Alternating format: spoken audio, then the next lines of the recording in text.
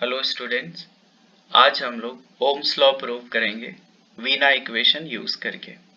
ये current electricity class 12 का chapter number 3 का हम एक छोटा सा डेरिवेशन करने जा रहे हैं, जिसमें हमें इक्वेशन आई का दिया गया है और गिवन इक्वेशन क्या है, I is equal to V E N A और वी क्या है, यहाँ पे ड्रिफ्ट वेलोसिटी है। सो ड्रिफ्ट वेलोसिटी vd क्या रिप्रेजेंट कर रहा है, ड्रिफ्ट वेलोसिटी e क्या रिप्रेजेंट कर रहा है, charge of electron, charge of electron. n क्या रिप्रेजेंट कर रहा है, n is representing number density and a represent कर रहा है unit cross sectional area of the given wire, cross sectional area of the wire, of the given wire, and I is the current flowing in the circuit.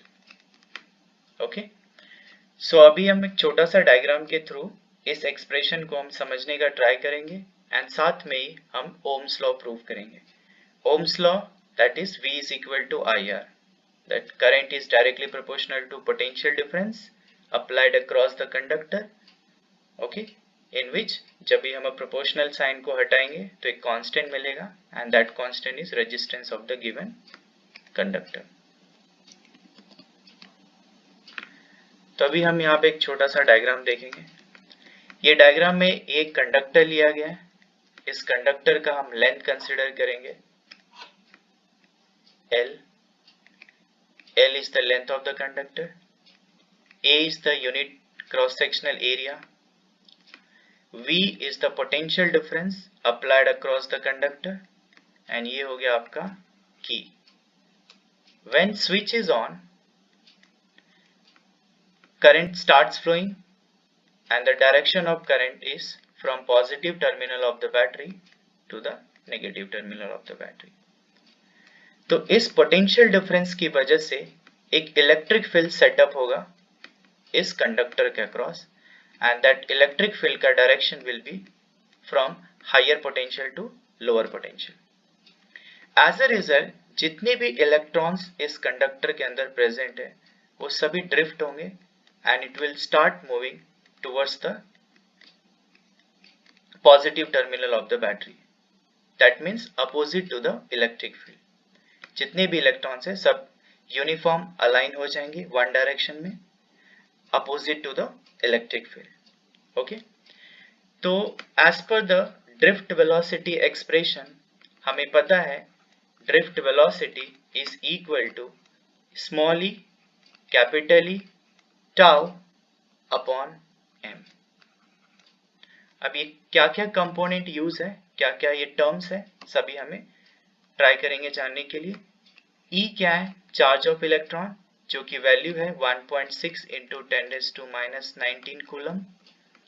Capital E है हमारा electric field which is applied across the conductor and as per the formula electric field is equal to potential gradient, that means voltage applied across a length of the conductor. Tau बता रहा है average relaxation time, small m बता रहा है mass of the electron and mass of the electron पता है हमें 9.1 into 10⁻31 kg। Okay, so this equation will be consider as equation number 2 और हमें वीना को इक्वेशन नंबर 1 दे देते हैं। जब इक्वेशन 2 को इक्वेशन 1 में सब्स्टिट्यूट करेंगे तो हमें एक इक्वेशन मिलेगी, third equation, I is equal to VDENA। ये कहां से आया, इट्स ऑलरेडी गिवन इक्वेशन। इसमें हम ड्रिफ्ट वेलोसिटी का इक्वेशन सब्स्टिट्यूट करते हैं तो E capital E tau upon M और रिमेनिंग 3 टर्म क्या है ENA। So as a result multiply करने के बाद हमें पता चलेगा final equation E square capital E tau N A upon M. Fine, हम कैपिटल ई को थोड़ा साइड में रखते हैं एंड रिमेनिंग टर्म को इन ब्रैकेट हम लिखते हैं। तो आपका बचा हुआ टर्म है E square tau N A upon M. Electric field का फॉर्मूला क्या होता है? Potential difference upon length. Just आप सब्स्टिट्यूट कर दो E square tau N A upon M and यहाँ पे बचेगा v upon L and left hand side is your current equation. Now अगर हम देखेंगे तो करंट एंड वोल्टेज का आपस में रिलेशन क्या है? Directly proportional. तो यहां से हमें पता चल जाएगा I is directly proportional to V. Okay, and remaining term क्या बचा? E square tau N A upon M L. इस टर्म को हम बोलेंगे 1 अपॉन रेजिस्टेंस। ओके, तो इस इक्वेशन से हमें पता चल जाएगा कि current is directly proportional to voltage, and जब इस प्रोपोर्शनल को इक्वल में कन्वर्ट करेंगे तो जो कांस्टेंट बचेगा and that constant is 1 upon r into v.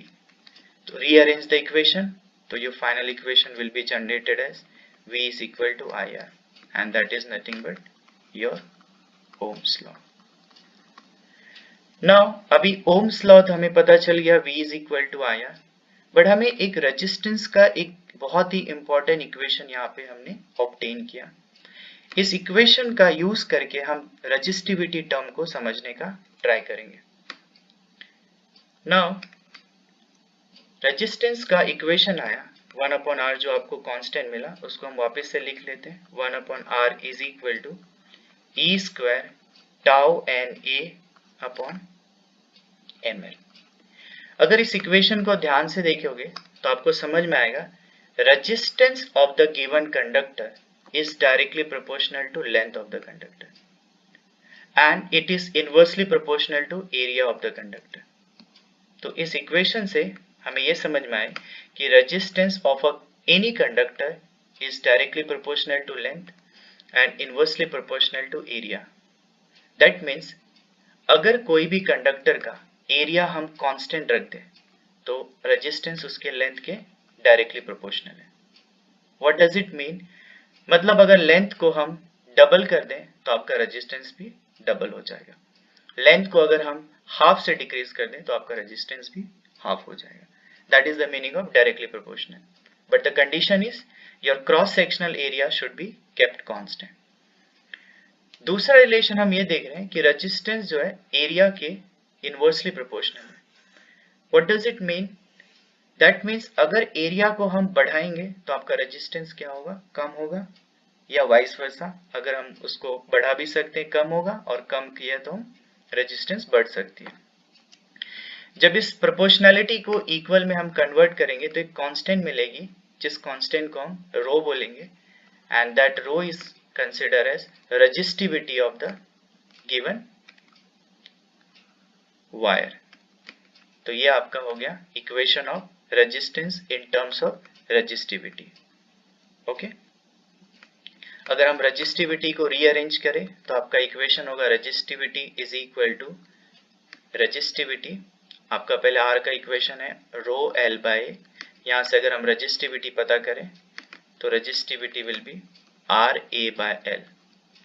Okay, तो let's find out the unit. Resistance होगा ohm, area metre square, length meter. So 1 meter cancel. Your unit will be ohm into meter.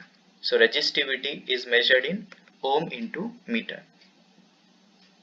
अब बात आती है resistivity कौन से factor पे depend करती है। तो रेजिस्टिविटी मोस्टली दो फैक्टर पे डिपेंड करती है, जिसमें फर्स्ट फैक्टर है उसका nature. Resistivity depends on the nature of the material. Second, temperature. Temperature के साथ रेजिस्टिविटी चेंज होती है। अगर आप टेम्परेचर बढ़ा रहे हो तो आपकी रेजिस्टिविटी भी बढ़ेगी, टेम्परेचर अगर कम कर रहे हो तो रेजिस्टिविटी भी आपकी डिक्रीज होगी फॉर अ गिवन कंडक्टर।